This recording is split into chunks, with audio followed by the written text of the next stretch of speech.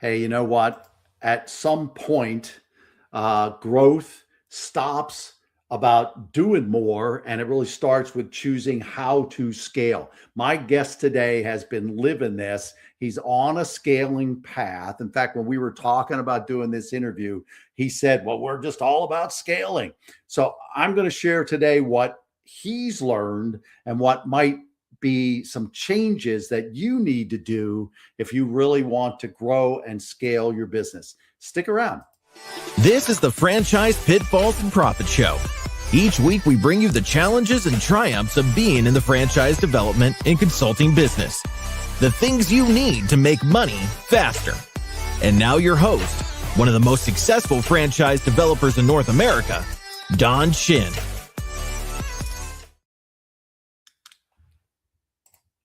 Hey, awesome, Matt. How you doing? I'm doing great. Thanks for having me. No. Hey, it's all my pleasure. Hey, audience, I just want you to know Matt and I have known each other a couple of years now, 3 years. We worked together a little bit, developing a franchise concept that he was involved in. He founded. Matt's gone in a different direction now from being the franchisor to being the franchisee.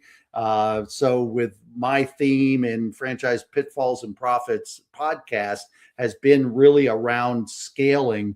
And knowing Matt and the direction he's gone here in the last year or so, I just thought, man, I've got to get Matt on the show again because, and I was joking with Matt just a couple of minutes ago, Matt is my poster child for what I've been talking about in my podcast. Let me set this up a little bit, Matt, before I'll let you kind of do a little self intro, but let me just set this up for the audience real quick. Most business owners, I think, they scale without really putting a lot of thought into it. And sometimes they just try to do more in their existing business, kind of what works, and they just kind of try to do more of it. But I think at a certain point, that just doesn't work. That just kind of stops working. Volume becomes more of a problem. And I know, Matt, and this is our logic as well, that if you make specific choices and you're deliberate about the businesses that you're picking, the scale, your personal scale, your personal wealth scale is going to go a lot differently and a lot better. And this doesn't get talked about enough. I don't think that there are different paths. And this is what we've been teaching a lot of our listeners, and in our podcast, we've been talking more about these different paths, and owning multiple businesses, particularly franchised businesses, is a thought process that a lot of people have not done. They've not gone through this thought process. So today, that's really what I wanted to, a lot of what I wanted to talk to Matt about. So Matt, I'll let you go ahead and give I knew you from in your franchising days. I know you were doing some things prior to starting franchising. Now you're heavy in franchising. So I'll let you give kind of your real, minute or two intro, and then I'm going to pepper you with some questions if that works. That works. I mean, your intro was pretty good anyway. My name's Matt Rivera. I am a business owner, entrepreneur. Like Don said, I got into the franchising business with my own company. We ended up franchising it. I learned a lot from going through the process of franchising, dealing with franchise brokers, dealing with, the whole setup of the FDD and all the back end stuff. And during that journey, I met amazing people that were in the franchise business. I was able to meet people that you would never expect own 20, 30 locations, that were, people that you would sit next to and you'd be like, oh, this guy's a bum. And then you realize he's got 40 locations of a different brand, and he takes a 6-month vacation a year, which was really what got me and my partners interested in franchising more. Yeah. And we ended up going the other route, not franchising our own businesses, but buying into other franchises. Yep. So now we bought a few that didn't work, and we bought some that are working, and we bought some that are working very well. I will personally take blame for the ones that didn't work, because, when you buy a business, there is a level of commitment and we were overcommitted at the time.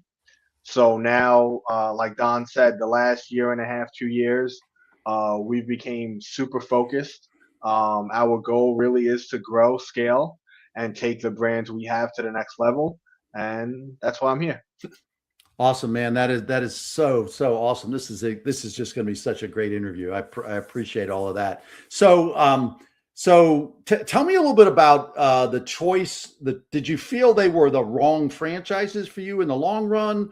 Was it more you hinted at maybe you didn't put the time in? Tell me a little bit more about some of the wrong choices, and then we'll dive into some of the good choices. All right. So, I mean, the wrong choices, it wasn't that the brands were bad brands. It wasn't that the systems didn't work. It Okay. was that, when you're an entrepreneur or a business owner, sometimes you get super excited and you overcommit to things. Uh, Mhm. so we ended up buying 4 brands that included Oh, area developer at the same time. Uh, okay. so one of them was a tax business. And if you're familiar with tax businesses, you really have 3 months Yeah. and you make all your money, and then you have 9 months to wait to next year. So if you mess up year one, you have 9 months to try year two, and if you mess up year two, now you have another 9 months. Um, so again, I want to say a lot of it was my commitment. I never wanted to be in the tax business. I just bought it because I thought it would make us money. And Mhm. at some point, I had to cut the losses, Okay. which was last year. Like I said, there's still people doing great in that business, and I will take blame for it because I wasn't committed to it at all. Okay. Um, and that was a two because we bought the area, so we owned Long Island and we bought a location, and we gave them both back up. Okay. And then the other one that I left was my own brand, the Inspection Boys. Mhm. Mhm. Um, and that I was the franchisor, and I love the brand, I love the business. I'm still involved. There's still some locations active, but it was a matter of what am I good at and what do we need? And we always needed a lot of money to grow, and that was the one thing we never really had. Mm. Um, so, I left it because I knew it was the right move for me personally, and now I'm here. Awesome, awesome, awesome. So, and thanks for being so transparent. That's as you having been through all of these things, you know how important it is to get honest information. So, I really appreciate your transparency. So, talk about if you would, because not a lot of people understand what a master is or an area developer is, and you have both location and master. So, just tell me some of your thought process there from the standpoint. I mean, I understand, obviously I was a master, you know, that I was a master and had multiple master territories, but talk to me a little bit about what your thought process was there around master versus unit, and what you're learning along those lines. So, what came to mind is, I mean, when I learned about it, I was like, wow, this is a cheat code. This is something that I didn't know. But I know a lot of people, if you listen to podcasts and you listen to like business stuff, you'll hear somebody like Rick Ross say he owns, 2,000 wing stops, or you'll hear somebody like Shaq that owns, 5,000 of this brand and 2,000 of the other brand. And you start thinking like, how is he doing that? Mhm. And again, that was one of the conversations that I was having at a table where the guy next to me was like, "Oh, I own 200 um, of this brand," and I was like, "How do you have the time to run 200?" And he was like, "Well, I'm an area developer." And what that is basically, I'm not a lawyer, so don't quote me on what I'm saying as being legal or illegal or whatever. But it's a set. You have your franchise, which is the franchisor. They're the top, right? And then you have your franchises, which is your franchisees. They're usually the bottom. Mhm. The area developer or the area rep creates a middle layer. Mhm. So I like to say, like, you end up becoming a partners with the franchisor. Yep. You know, I paid for, I'll give you an example. There was on Long Island for Zoom and Grooming, there was 17 locations. We paid X amount per location up front. I gave it to the franchisor. Now I'm partners with the franchisor. I don't have to open up any locations, but my goal is to sell the 17 locations. Yep. Every time I sell a location, I get a piece of what the franchisor would get. But the real wealth building and the real money is the royalties. You Yep. know, when you're in Mhm. the franchise business, you know, it's a royalty race. And that's where now every franchise that opens up in my territory, which is Long Island, the franchisor splits the royalties with me. Mhm. So if they're Yep. making 7%, I'm getting 3.5%. And the franchisee really doesn't know, like, we don't, we're there to help them. We're not there to distract them, Mhm. but they don't pay us a separate fee. They're still dealing with the franchisor. Mhm. We're Okay. just a middle layer there to help. You know, so as time goes on, the year number one, we opened up 2 locations. We started making a little bit of money every month. 3, 4, 5, 6, 7. You know, now every month we make 3, 4, $5,000 because it keeps growing. So it's a long-term investment in the area where I want good franchises to come in. I want them to open up. I want them to be successful. I want them to be happy. And as that grows, our bottom line grows. Yeah. I That's all. think that's the best way to explain it. Yeah. That's awesome. So, did you have, or maybe you do now, have kind of filters or criteria in selecting brands? Like you said, you selected the tax because you thought you could make money at it, but it really wasn't a good fit. I do now. Yeah, I and do can now. you I share didn't. it or? I mean, again, I have actually a whole list Okay, of what I'm looking for now. okay, Um, you know, from what type of product it is. Does it make people happy? Is it giving back to the community? Like, there's a lot of things that I want in a brand. And you know, I want to say about 50% of what I'm looking for is the brand itself, and okay, then the other 50% is the management of the brand, okay. the franchisors. Yep, You yep, know, are they good people? Do I feel like they're doing the right thing? Do I feel like this is a money grab? Because again, you could have the best brand in the world with the best product. If the management is just there trying to make a buck, it's not going to work. You yep, know, like, you have a lot in the franchise world. You have your royalties. A lot of these businesses are very successful, but when you do the numbers, the only people making money are the franchisor. yeah, And that's what I want to avoid. You know, then, to be a successful franchisor, your franchisees have to be successful. yeah, They have to make money. If they're not making money, you're not making money. And at some point it's going to implode if you don't get into the right brand. So those are the things I'm looking at. Like, what's the royalty structure at? What, you know, how are they running it? Have they done it before? You know, and that, you know, again, I'm not saying I wouldn't do a random brand, but my questions are a lot more specific now that I've done it a few times. yeah, yeah. And for the audience, I'll just say, and Matt's thought process, I think, is much more of an investor's thought process. A lot of times people are buying a single unit. That's all they ever want to buy. And so I classically will tell them to chase the fit, not the brand. But some of the questions, some of the things you just said, like who's really making money? What's the money structure in here? Is there money for the franchisee to make?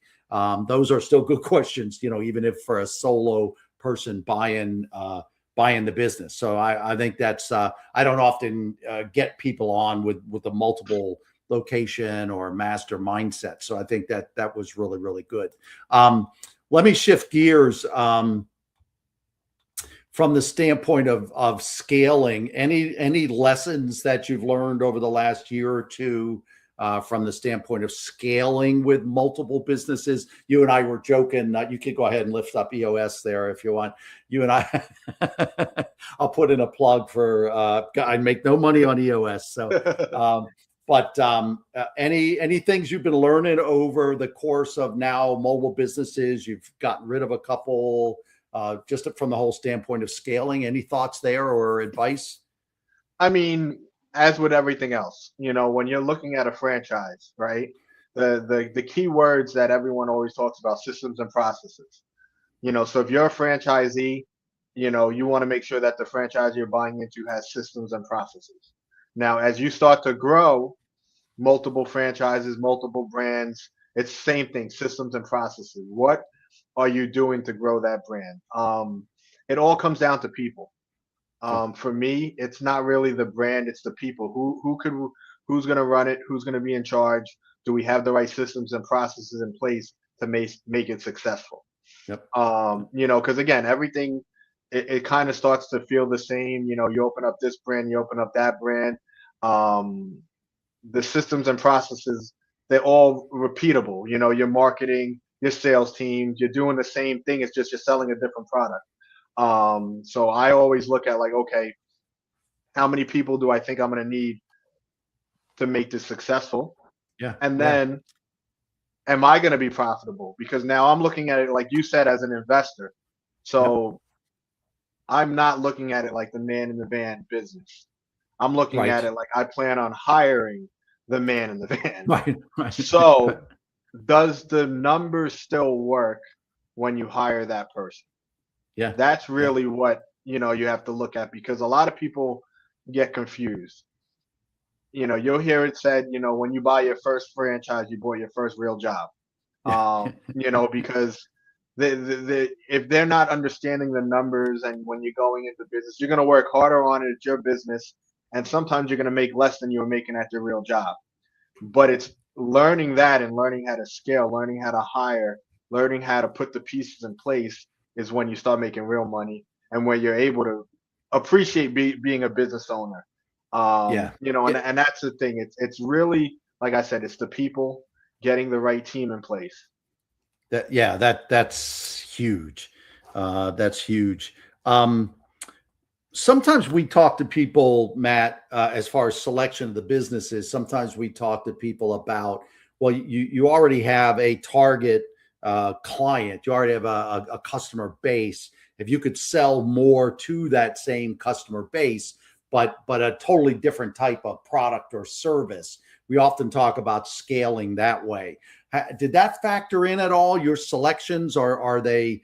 Do you have similar target markets with different services and different brands, or was that never really a factor?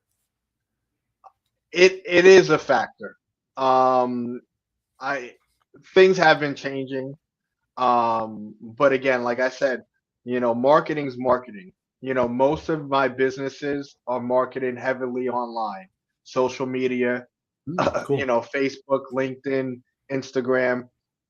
So we're doing, it's not that they're the same client, but it's the same type of marketing. Hmm. So it's very easy to set up. Oh, look, we post 3 times a week in this brand. Now I need 3 times a week in this brand, like this. Yeah. And that's kind of the way, what comes into mind when we're doing stuff like that. Awesome. Awesome. Awesome. Um, well, I know you're the area developer. I'll shift gears a little bit on you. You're the area developer. Um, I wanted to give you, you're blessing us and you're blessing me, and you're pouring into my audience. I wanted to give you some opportunity there. You've got Long Island, you said, and Connecticut. Tell me what you're doing there, and who are you looking for there? If somebody's listening and they're in Long Island or in Connecticut, tell us So, a little bit about what you're doing there. I mean, I guess you could say one of my favorite brands is Zoom and Grooming, which is a mobile dog grooming company. The reason I got involved, or the reason I like Zoom and Grooming, is because most, well, I want to say 80 to 90% of the people that buy a Zoom and Grooming are not dog groomers, and they're Okay. not trying to be dog groomers. Okay. So the mindset going in is, I'm going to be a business owner and I'm going to hire the skilled trade. Groomers. And Yep. that's really the mindset that I want to be involved in, because again, when you talk about the big construction companies, they're subbing out 90% of their work. They're not developing teams to do roofs. They're subbing the roofs out. Yeah. When you go into a business and you say, hey, look, I'm going to hire groomers, I'm going to set everything up, and I'm going to run the business. You end up working on the business, not in the business. Yeah. And all the people, when I first got involved with Zoom and Grooming, which was about 5 years ago, they all had other jobs. They were teachers. They were, they all did something else. Husband and wife teams. They wanted to make a little bit of money on the side, and they were able to buy a Zoom and Grooming, invest in it, and within 3 to 5 months, they were actually cash flow positive. That's awesome. Which for me in a franchise business is amazing because Yeah. most of the time you're not seeing cash flow positive for a good year. And then by year number 1 or 2, they were adding a second or third truck. My Nice. partner in Connecticut, I think he's 2.5 years in, and he's up to his almost fourth truck. Nice. Absolutely killing it.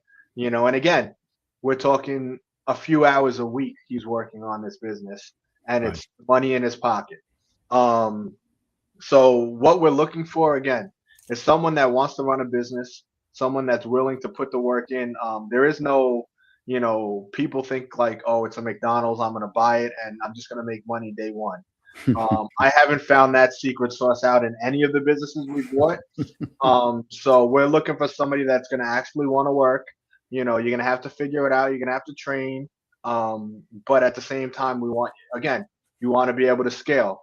Having one truck doesn't really, isn't going to pay all your bills, but having 2 or 3 will. That's awesome. And for you, I'll just step back a little bit. For you, again, from the scaling standpoint of multiple brands, give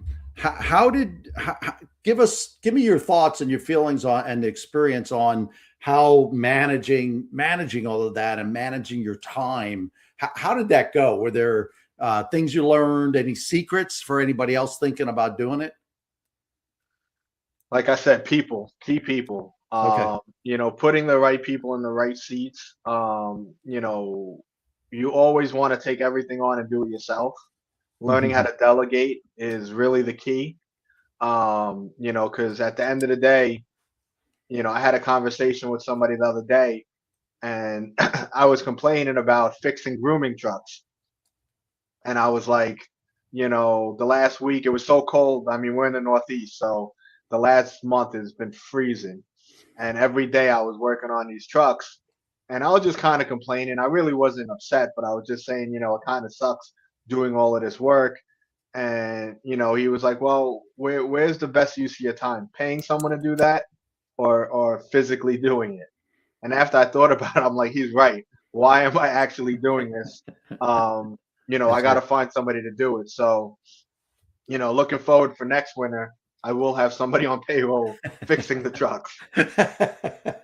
And that's and leadership is huge. Matt, it's funny. People don't, this is one of the things we learned over the last 2 years. We've been surveying franchisees through franchisors. We've developed training now to fill gaps with franchisors. And one of the gaps has been leadership. And they don't realize whether you have 3 part-time people or a blend of part-time and full-time, maybe, 30 people, at the end of the day, you still have to lead them.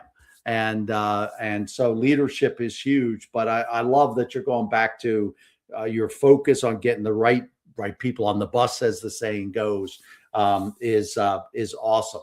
So Zoom and Grooming, Connecticut or Long Island, if you're interested, run Matt down on LinkedIn. He's got a great presence on LinkedIn. Connect with him on LinkedIn. Tell him what you're interested in looking at. Matt, the last question I always like to ask is, if there's one final thought, what question haven't I asked? What is something that, boy, if you'd been told this 2 years ago, before you got as involved and you did all that you do, is there any final thought or one thing you want to be sure people remember or they hear that we haven't already talked about? I mean, the one thing that always comes to mind is know your numbers. everything's a number game. So you really have to know your numbers and understand the numbers.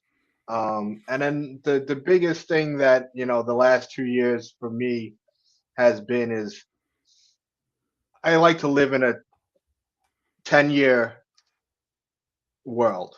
Where do I want to be in 10 years? Okay. And I have this vision of what I'm doing in 10 years.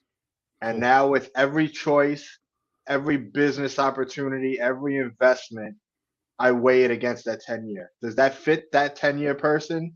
Or is that just, shiny objects? I just need it now. And over the last year or two, I've been saying no to a lot more things than that normally I would have been like, let's do it. Because I'm like, you know what? The 10-year version of me does not have that in it. So why am I even going to waste my time now? That's awesome. Which was why I had to shed some companies. I had to close down some stuff. I had to take some losses because I was like, you know what? In 10 years, am I going to be doing that? And the answer was no. I got to get rid of it. So that's it. That is awesome, man. That is a great way to wrap us up. I want to just go back for the just a real top keys that I heard. Be committed to doing this. Don't bite off more than you can chew. Be committed to what you're going to get involved in. People, focus on getting the right people in the right places that you can trust them to operate your businesses. And as you get immersed in some of this, be willing to say no, because successful people, I'm using my words a little bit now, but successful people are like magnets. And I think stuff comes to you, like a guy like Matt, or you see something and you see the potential in it, but you got to be able to say no.